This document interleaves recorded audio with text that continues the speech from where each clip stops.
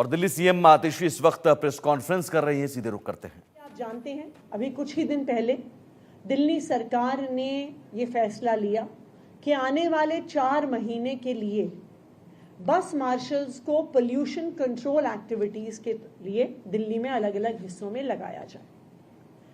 लेकिन इसके बाद भी एक बहुत बड़ा मुद्दा जो दिल्ली वालों के सामने था और दिल्ली सरकार के सामने था, वो महिलाओं की सुरक्षा से जुड़ा हुआ मुद्दा है। बस मार्शल्स बसों में ना होने से महिलाएं अनसेफ हैं। बस मार्शल्स के बसों में ना होने से फिर से एक बार डीटीसी बसों में महिलाओं के साथ अभद्र व्यवहार शुरू हो गया है। बस मार्शल्स ना होने से बुजुर्ग भी जो डीटीसी बसेस में ट्रैवल कर रहे हैं वो अनसेफ फील करते हैं। इसी संदर्भ में कल एक ऑल मिनिस्टर्स मीटिंग हुई जिसपे काफी लंबा डिलिब्रेशन हुआ बस मार्शल्स के मुद्दे पे, और कुछ निर्णय हैं जो दिल्ली सरकार पहुंची है जिनको मैं साझा करना चाहूंगी। सबसे पहले बस मार्शल्स की एक परमानेंट स्कीम बनाने के संदर्भ में हमारी ट्रांसपोर्ट डिपार्टमेंट से काफी लंबी चर्चा के बाद ट्रांसपोर्ट कमिश्नर ने, और ये एक नोट है उनका जो मैं शेयर भी करूंगी मीडिया के साथ, इस लंबी चर्चा से ये निकल के आया है कि जो बस मार्शल्स की पॉलिसी है, चाहे उन्हें कॉन्ट्रैक्चुअल बेसिस पे रखा जाए या उन्हें परमानेंट बेसिस पे रखा जाए, ये एक सर्विसेज मैटर है और ये चुनी हुई सरकार के अंडर नहीं आता और एलजी साहब के अंडर आता है, नंबर 1। नंबर 2, क्योंकि ये इशू ऑफ सेफ्टी है, ये पब्लिक ऑर्डर के तहत आता है जो भी एलजी साहब के पास उस डोमेन में है। ये ट्रांसपोर्ट डिपार्टमेंट ने अपनी राय रखी जो हमारी डिलिब्रेशंस हुई उनके साथ। तो दिल्ली सरकार के सभी मंत्रियों की तरफ से हम एलजी साहब को एक प्रस्ताव भेज रहे हैं और उनसे आग्रह कर रहे हैं कि ये जो बस मार्शल्स और महिलाओं की सुरक्षा का मैटर है,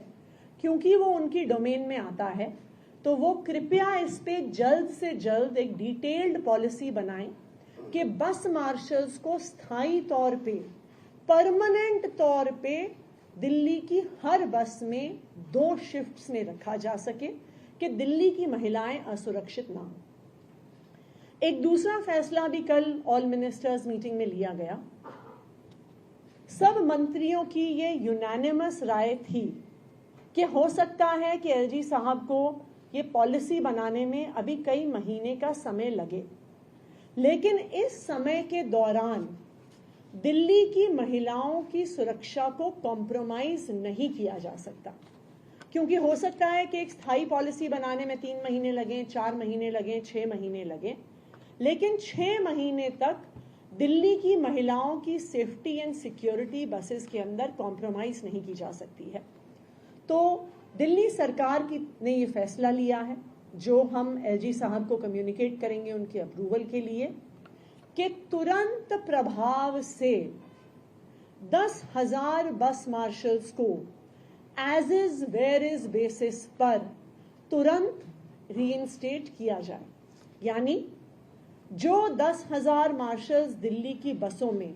31 अक्टूबर 2023 को लगे हुए थे, उनको तुरंत प्रभाव से बस मार्शल्स के तौर पर लगाया जाए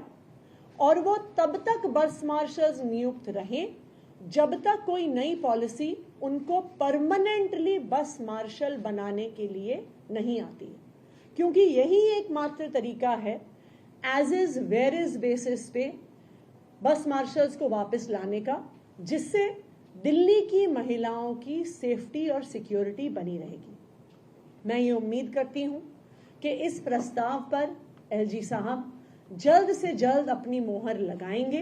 कि जो बस मार्शल्स हैं वो तुरंत अपने काम पर वापस लौटें और दिल्ली की महिलाएं, दिल्ली के बुजुर्ग, दिल्ली के बच्चे फिर से डीटीसी बसेस में सिक्योर हों। अब मैं चाहूंगी सौरभ भारद्वाज जी अपनी बात रखें। हेलो, देखिए, आप सब लोगों को याद होगा दिल्ली विधानसभा में सर्वसम्मति से ये पास हुआ था दिल्ली के सभी विधायक, चाहे वो आम आदमी पार्टी के हों चाहे वो भाजपा के हों, 3 अक्टूबर को पहले नवरात्रे को एलजी साहब के पास जाएंगे। दिल्ली का पूरा मंत्रिमंडल एलजी साहब के पास जाएगा और जिस कागज पे साइन करना होगा उस पे साइन करके दे देंगे कि आप इन बस मार्शलों को बहाल कीजिए।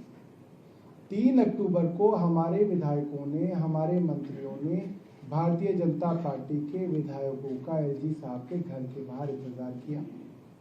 हजारों बस मार्शलों ने इंतजार किया। सुबह से शाम हो गई,